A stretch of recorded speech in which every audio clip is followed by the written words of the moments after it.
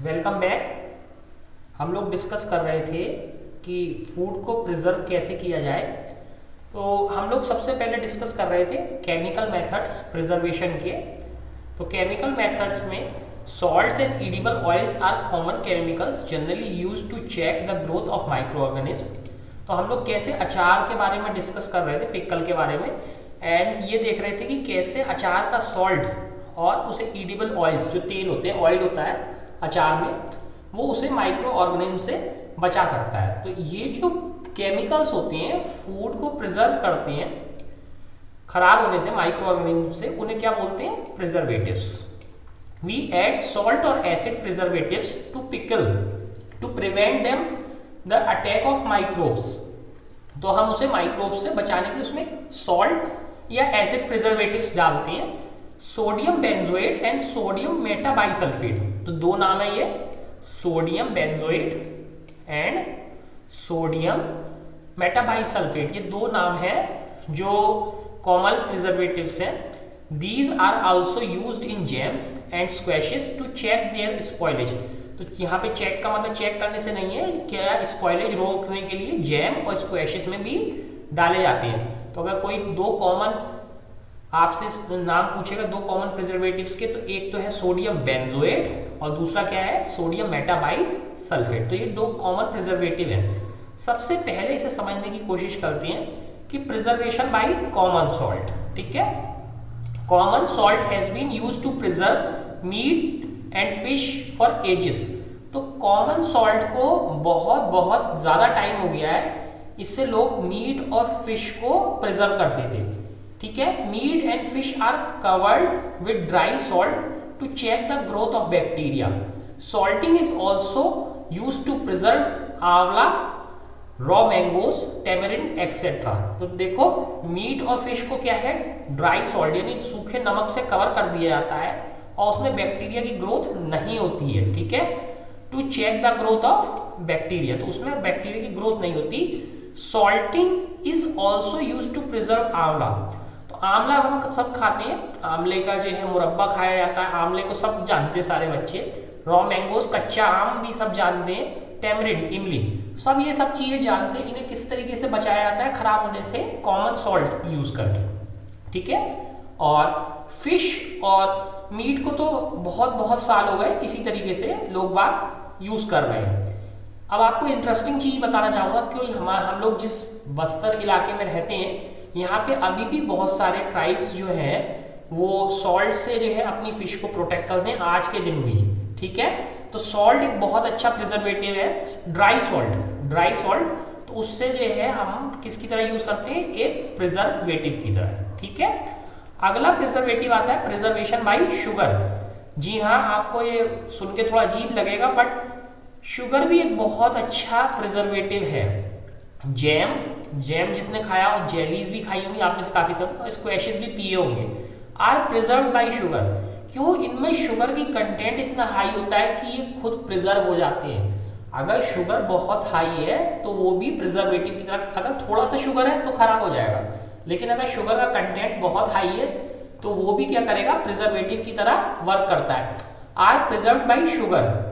Sugar reduces the moisture content which inhibits the growth of bacteria which spoil food. तो sugar क्या करता है? Sugar reduces the moisture, तो moisture का level जो है कम कर देता है। और आपको पता है कि किसी भी लिविंग ऑर्गेनिज्म या बैक्टीरिया के रहने के लिए क्या होना चाहिए? वाटर कंटेंट या मॉइस्चर होना चाहिए। तो इस तरीके से ये inhibits the growth of bacteria which spoil food. तो ये एक नया वर्ड आया, इनहिबिट का मतलब बेसिकली किल कर देना होता है, ठीक है। तो ये क्या करता है? खत्म कर देता है ग्रोथ को, किसकी? बैक्टीरिया विच स्पॉइल फूड, जो खाने को हमारे खराब करता है। तो इसी तरीके से हमने सॉल्ट और शुगर दोनों से देखा कि कैसे सॉल्ट और शुगर दोनों बहुत अच्छे प्रिजर्वेटिव हैं और दोनों बहुत नुकसान भी नहीं करते, क्योंकि कॉमन फूड के आइटम है, कोई केमिकल भी नहीं है वैसे। Preservation by oil and vinegar. तो विनेगर और ऑयल भी हमारे घर में यूज होने वाली कॉमन चीजें हैं। तो अचारों को तो हम ऑयल से या विनेगर से ही प्रिजर्व करते हैं। Use of oil and vinegar prevents spoilage of pickles because bacteria can not live in such environment. क्यों? ऑयल और विनेगर कैसे प्रिजर्व करते हैं पिकल्स को। देखो ये पिकल्स का आ गया, तो कैसे पिकल को जो है ये प्रिवेंट करते हैं खराब होने से, क्योंकि ये ऑयल का जो एटमॉस्फेयर होता है उसमें वाटर कंटेंट खत्म हो जाता है ऑयल की प्रेजेंस में। सिमिलरली जो हमारा इसकी कंडीशन होती है विनेगर की, वो उसे एसिडिक बना देता है। तो ऐसे एनवायरनमेंट में क्या होता है, bacteria can not live in such environment, तो बैक्टीरिया ऐसे में सर्वाइव नहीं कर सकते। तो इस तरीके से हम पिकल बनाते हैं। Vegetables, fruits, fish and meat are often preserved by this method. तो इस तरीके से हम क्या क्या चीजें प्रिजर्व कर सकते हैं, vegetables, fruits, fish, meat are often preserved by this method. तो इस तरीके से हम उन्हें भी प्रिजर्व कर सकते हैं ऑयल से या विनेगर से, ठीक है। और अचार, मैंगो का पिकल जो होता है, आम का अचार, उसमें ऑयल और विनेगर थोड़ा सा डाल देते हो, वो क्या हो जाता है, उस तरीके से हम उसे प्रिजर्व कर पाते हैं। अब देखते हैं हीट एंड कोल्ड ट्रीटमेंट्स। जैसे कि हमने बात किया था, फ्रिज में क्या होता है, बहुत ठंडा होता है, तो ठंडे की वजह से चीजें खराब नहीं होती, ऐसी गर्म करने से भी चीजें खराब नहीं होती। You must have observed your mother boiling milk before it is stored और यूज्ड। तो मम्मी रात को दूध गर्म करती हैं, जबकि जब उसे रखना होता है, उसे यूज करना होता है उससे पहले, ठीक है ना। बॉइलिंग मिल्क, तो मिल्क को बॉईल करा जाता है। ऐसा क्यों करते हैं, boiling kills many micro organism. तो बॉइलिंग से क्या होता है, बहुत सारे माइक्रो ऑर्गेनिज्म किल हो जाते हैं इस बॉइलिंग से। तो बॉइलिंग की वजह से जो माइक्रो ऑर्गेनिज्म कम हो गए, तो उस वजह से मिल्क खराब होने से बच जाता है, मिल्क खराब होने से बच जाता है। Similarly we keep our food in the refrigerator, low temperature inhibits the growth of microbes. तो जैसा मैंने सुबह बताया था, सबसे अच्छा तरीका क्या है, रेफ्रिजरेटर में रख देना। तो हम अपना फूड कहाँ रखते हैं, रेफ्रिजरेटर में। और लो टेम्परेचर जो होता है, वो उससे क्या होता है, जो है माइक्रोब्स इनहिबिट हो जाते हैं। इनहिबिट माने किल, एंड हो जाते हैं, वो खत्म हो जाते हैं, ठीक है।